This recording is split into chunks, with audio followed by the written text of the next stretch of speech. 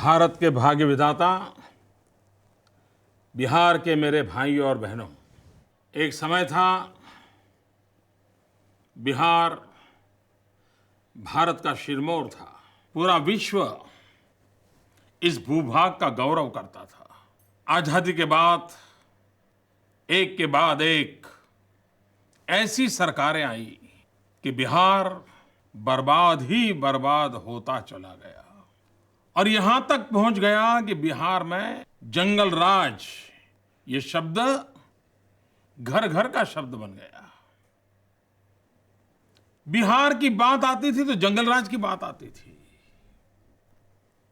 और उस जंगल राज से मुक्ति पाने के लिए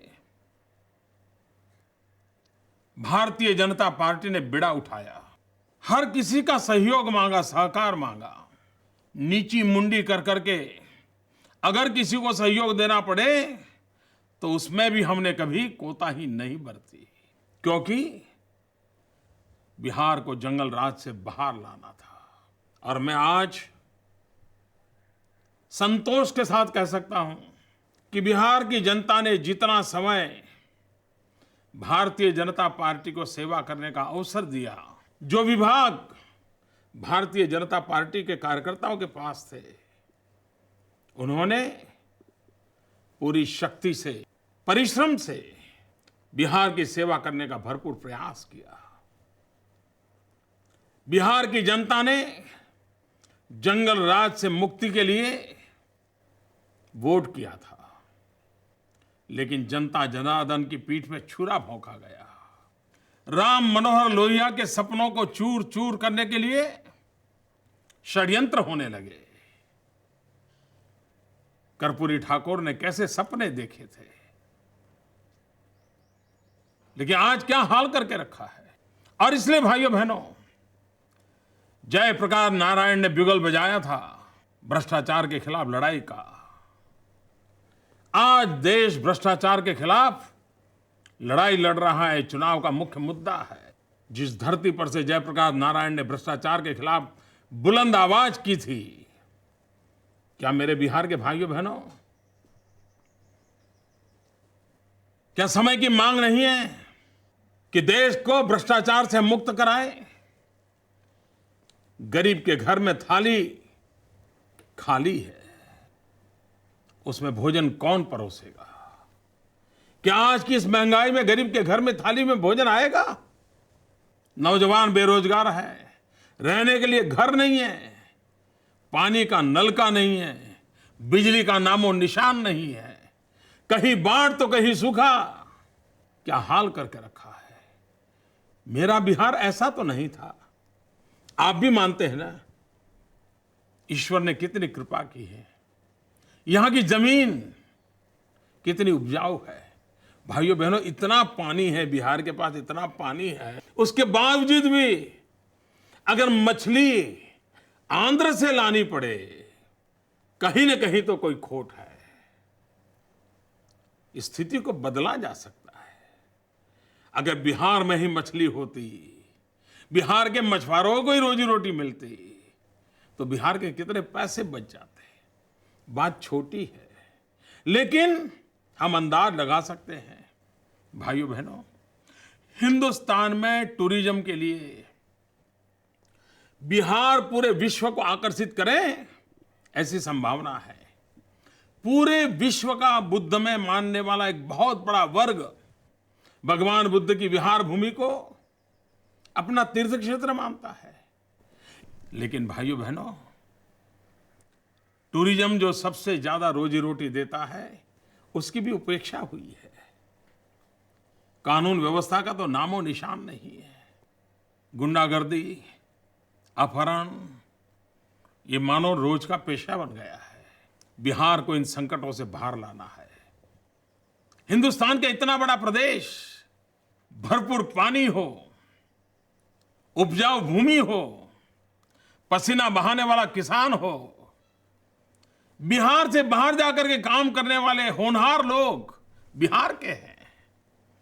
आईएएस देखिए, आईपीएस देखिए, कितनी बड़ी मात्रा में बिहार के लोग हैं। जहां के नौजवान इतने सामर्थ्यवान हो, तेजस्वी हो, ओजस्वी हो, वो मेरा बिहार कैसे पीछे रह सकता है? भाइयों बहनों, बिहार के सपने वो सपने मेरे हैं। बिहार की आशा आकांक्षा वो आशा आकांक्षा मेरी है। मैं आपके सपनों में रंग भरना चाहता हूं।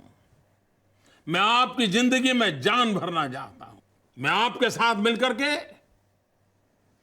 हिंदुस्तान के विकास में बिहार की एक अहम भूमिका सुनिश्चित करना चाहता हूं। बिहार पिछड़ा रह नहीं सकता, बिहार पिछड़ा हो नहीं सकता। बिहार हिंदुस्तान की अग्रिम पंक्ति का राज्य बन सकता है। पिछली बार जब मैं आया था बिहार, बम धमाकों से मेरा स्वागत हुआ था।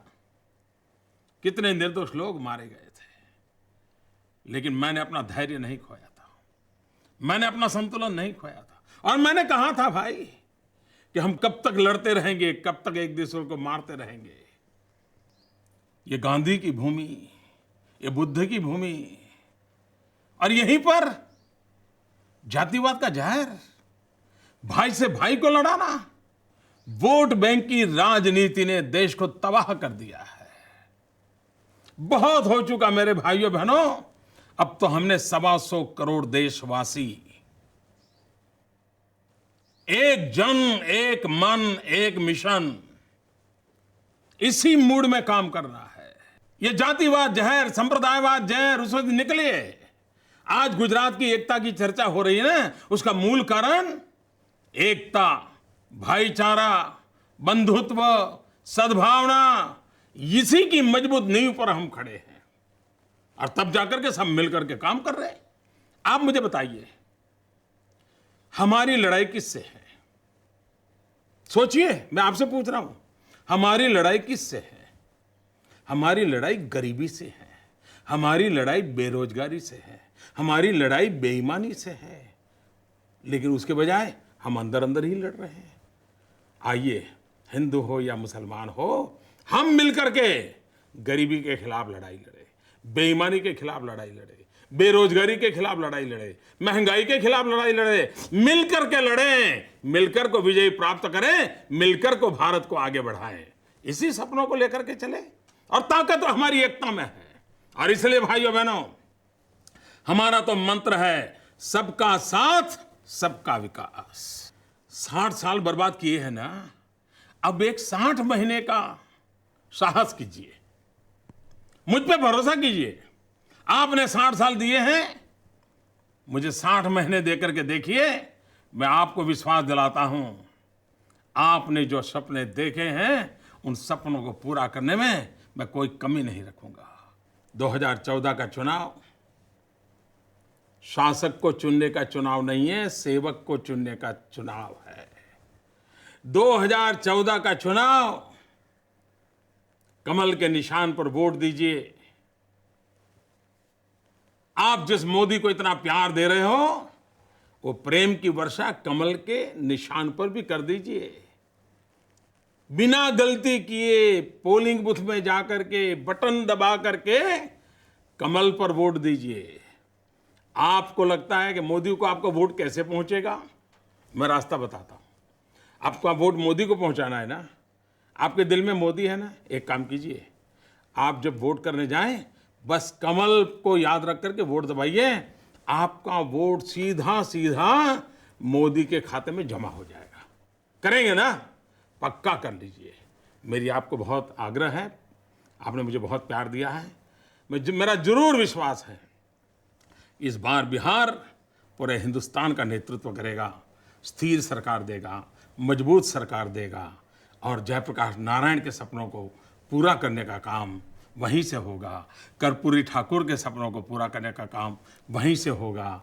गांधी हो, लोहिया हो, पंडित दीनदयाल उपाध्याय हो, श्यामा प्रसाद मुखर्जी हो, अटल बिहारी वाजपेयी जी हो, यही तो महापुरुष हैं जिन्होंने हमें रास्ता दिखाया है। उन्हीं के रास्ते पर चल करके हम भारत को मजबूत भव्य राष्ट्र बनाएं। इसी सपनों को पूरा करने के लिए आइए, बिहार आशीर्वाद दे, बिहार मुझे ताकत दे, बिहार मुझे शक्ति दे। मैं आपका बहुत बहुत आभारी हूँ। आपने समय दिया, इतनी बड़ी संख्या में आए, मेरा संदेश सुना। मैं फिर एक बार आपका बहुत बहुत आभारी हूँ।